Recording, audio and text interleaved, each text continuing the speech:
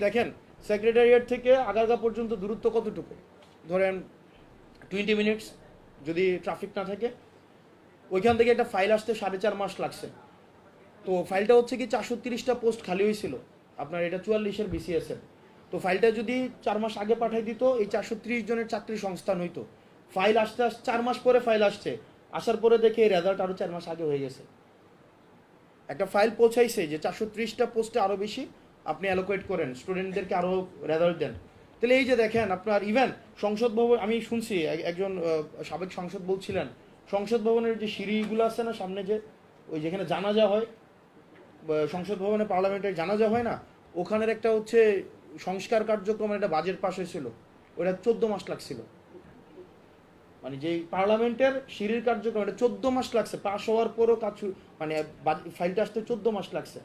এখন এই জিনিসগুলো আপনার কাছে মনে হতে পারে খুবই সিলি বিষয়, কিন্তু যদি ব্যুরোক্রেট আমরা গতিশীল না করতে পারি, আমরা তাদেরকে আসলে প্রতিপক্ষ বানাচ্ছি না। গতকাল থেকে আমি ঢাকার বিভিন্ন জায়গায় কিন্তু আলাপ আলোচনা হয়েছে, এগুলো আমাদের কানে আসছে। বিভিন্ন ব্যুরোক্রেট যারা আছে তারা একসাথ হয়েছে, তারা এনসিপি বা আমাদেরকে শত্রুগণ্য করছেন। আসলে এটা ব্যাপারটা এমন না, এখানে শত্রুগণ্য করার কোনো বিষয় না। আমরা যেটা চাচ্ছি, এই প্রজন্ম কিন্তু ফার্স্ট, অনেক ফার্স্ট। আপনি যদি ওই মানদাতার আমল 1977 সালে কেমনে চিঠি বিনিময় হয়েছে ওইভাবে দেখেন, তাহলে কিন্তু হবে না।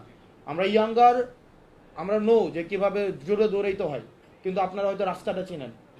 ওই যে ওই দিন বলতেছিল একজন, the younger knows how to run faster but the elder knows the root. আপনার রাস্তাটা চিনেন, এটা আমরা জানি, কিন্তু আমরা কিন্তু জোরে দৌড়াইতে পারি।